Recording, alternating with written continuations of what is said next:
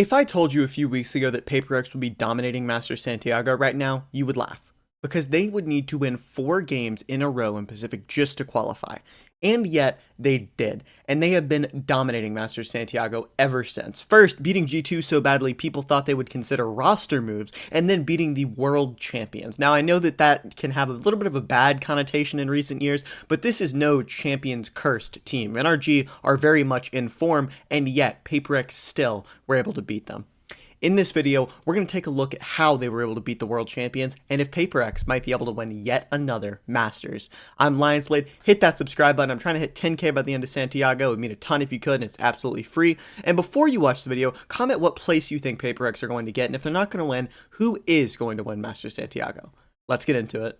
The first round I want to focus on is this one, because for PaperX, it starts a 6-round run that they go on the attack side. But look at what they initially do. They deny the space C-Long with this smoke right here. They've heard the Forsaken TP on NRG's side, so they know someone is here. They're smoking it off so they can't get the information. Then they're going to posture back towards A. Now, A is super weak here for NRG because Scuba does have the KG ult for retake, as you'll see, but I want to point your attention somewhere else. Devi has this ult, but something has an outlaw. And this is one of those little micro things that I think can make teams so much better, is being outlaw aware, right? You see people like Nats. The best teams know when they combine outlaw. Look at this. 3 of them have light shield here.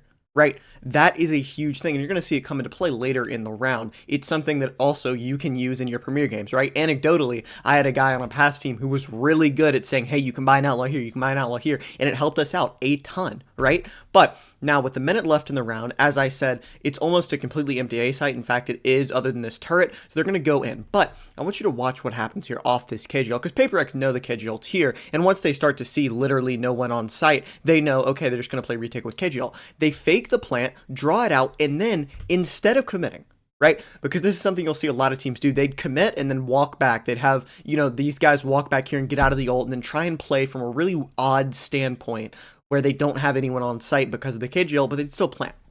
That's not what PaperX does here. PaperX goes all the way back. They have no one else on the rest of the map. That's why a lot of teams here commit, because they're like, well, we don't have any other options. But you never want to do something because you're forced to in Valorant, right? That's something that never ends out well. So they end up just going back, right? But not before you have Devi stay on site. He has this TP and then gets this kill onto Scuba with the time low. Something TP's out as well there. Just a great job. But you can see all this utility is still getting used from NRG because they think they're still there. PaperX go back towards B. Remember when I said the outlaw would come in play? It does here as they finally get here. I love this paranoia, by the way, in case someone was closer on a link side. Just great stuff. And it allows this little lurk here from Forsaken to go through. Now, Ethan on top here could have posed a lot of problems, but it doesn't really have an opening. He's the only one on the site, so if he just tries to swing out, he's going to die. So he has to just sit here and wait for his team to be able to actually do something here, and in a 4v5, while he has to wait for example, Brock to come all the way back C-side, it's going to be a little bit difficult to actually make a play. Envy is able to get one there, which is beyond impressive. I mean, I don't think the average player is getting one here, especially after you've already went into this whiff pad. Like, this, and you still get one is beyond absurd. Is able to reset there. But I talked about the outlaw right here. The Forsaken lurk gets spotted out by Mata, and the outlaw is able to save him for a second there. And then I absolutely love this play. You can combo your ult with so many things, whether it just be literal spam, Sova ult, all this stuff. And right here, he uses it so that the chamber ult from Devi is able to, oh, one's here, I'm on him, hey, shoot me, bang. Great round for PaperX, and as I mentioned previously, it starts them on a 6-round run. Beautiful stuff. I want to talk about this round. Normally I don't cover eco rounds, but this round I think is indicative of the vibe shift within PaperX and the way that they've changed how they approach the game. Right here, they get kind of caught with their pants down. Forsaken's just in an uncomfortable spot. He's TPing as 4 people run him down. But I want you to look at what happens with Jing. Flashes, gets one immediately right here. You have a decision to make on a micro level. Jing can flash, try and go in, try and get these kills, or he can make the right play, which is run away from where you've seen literally everyone except for Silva. Now, they linger. They think.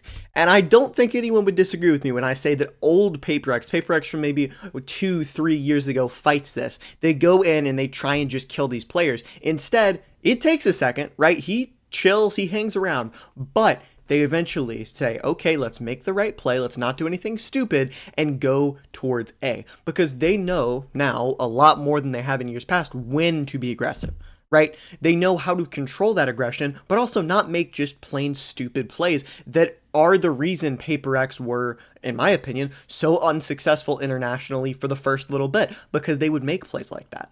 If you have a Paper X version that is making smart aggressive plays, that's when they become as dangerous as they are right now, because that's what they're doing. Also, almost forgot, join the Discord if you want to talk about VCT, just like Santiago pick'ems, basic stuff like that. Link in the description and the pinned comment. Almost forgot to say that. This is the last attacking run I want to show, but it's so good that I simply had to. Right here, first of all, from NRG, it's a good setup. You can't hear it because I have the audio off, but they have Omen shoot this, so the op isn't revealed by the Prowler. Unfortunately for NRG, Mata isn't able to hit the shot on the jump spot, but Forsaken sticks this TP. Now, he probably could have gotten more here, right? Brock is not thinking of this at all. I truly believe Forsaken could have gotten this kill, but he TPs out, then could have gotten the kill onto Mata, doesn't, but all of this has caused NRG now to be in a state where they don't really know what they want to do. Mata is alone on site. Now Ethan is trying to get something on Heaven in the 5v4, gets full blinded, dies, and that's effectively the round. Right there. I mean, that is controlled aggression that I love to see. Stuff like that you don't expect to happen if you're NRG, but something that benefits you majorly if you're Paper X, catching them off guard like that. Beautiful stuff. But let's take a look at their defense. I also haven't talked about Paper X's comp that much yet, so let's get into it. It's a really brawly style of comp, which I think really fits today's meta in a, kind of gamble towards the site because of the initiator cooldown meta where you do have to take a lot of fights, and I think individual fragging skill is king, hence why Paper X are able to do so well. It makes sense that a comp like this will be ran. But what I love the most about it is how they're able to actually effectively utilize it. Here's what I mean. The bomb is down on B. Forsaken has a smoke in 30 seconds. He smoked this as bomb was going down. He cannot smoke this off. Paper X simply have to take fights. They can't sit back and wait. They have to take fights out into med. Jing walls this and then comes out and takes those fights, right? That's what this comp enables him to do. Be a self-sufficient guy who can go in, flash through, get these kills, and simply win the round. But that's what he just did. He won the round completely because this comp with him on Phoenix enables him to be super brawly and super aggressive that you're also able to do with the Yoru and the Chamber, taking those aggressive lines defensively. Great round by Paper X. Paper X do a 4-1 stack here, and the issue with that is, hypothetically, if there's a one player and they just get ran down, they're going to lose die, you're going to lose numbers. Unfortunately for NRG, that's not how it happens. The fake here that NRG try and sell towards Beach off the drone and Mata going in doesn't really do anything because it was already a 4-1 stack, right? So no bodies can really be moved because Envy is still here and they are all still on C, but again, the issue with the 4-1 stack is that hypothetically, the one player on whatever site, in this case A, if they get run down, they should die. Unfortunately, for NRG, that's not what happens. Instead, Envy gets 2 and pretty much secures the round from there, making it a 4v2, and Paper X now need 2 more rounds to knock off the world champions of last year. On paper, this round is do or die for NRG. They have very little money, and if they lose this round, they will be forced onto a half buy for the game next round. But I'm going to look at Paper X here. We've talked so much about their controlled aggression, right? Something coming up here and immediately getting all the information window. Then once NRG actually start to go towards the site execute, Envy has taken some inspiration from Brock, whips out the Odin, and Mata is immediately decayed to 1 HP as soon as they come out onto the site right here. So you've got a 5v5 here with Mata super low. They've executed, but Paper X here, they aren't just jumping in. They're waiting. They're waiting on this tap right here so they can do a seize molly of default. Now it doesn't work, but I do like the idea behind it and the fact they're able to stop themselves from doing what they're about to do, which is just jump in. Although I will say, this TP play didn't work out, but I actually like the concept behind it. It's a Nightfall to take away your ears and then a flash to take away your eyes. Unfortunately, not only is Ethan not flash, but something is. So, Maybe next time. But in the 4v4, they also give Forsaken the autonomy to go down here and wait and see if they're leaving. If they're not, Paper Rex know they can just stay on site, and that's exactly what happens. In fact, Forsaken ends up going on a flank once he gets his smoke back, but he knows right here off this info, hey, they're still A, while NRG think that Paper Rex are going to rotate off because they've cut noise and could be rotating, but Forsaken knows they can't. So then once they actually try and redo their A pop and they try and get the bomb down, it doesn't matter because everyone just dies. And I do mean literally everyone here. Brock goes for the plant, and then immediately the response comes out. Prowler, they don't have that much utility left because they use a lot of it with a Nightfall, but the little bit that they do have, they use, and they also just get the kills. Forsaken will clean it up with that flank kill I was talking about as well right there. So it's 7-12 with NRG having very little money to invest. But that doesn't mean it's over. Because even though NRG are half buying, Paper Rex again are stacking everywhere except for A, and they don't really have that much, right?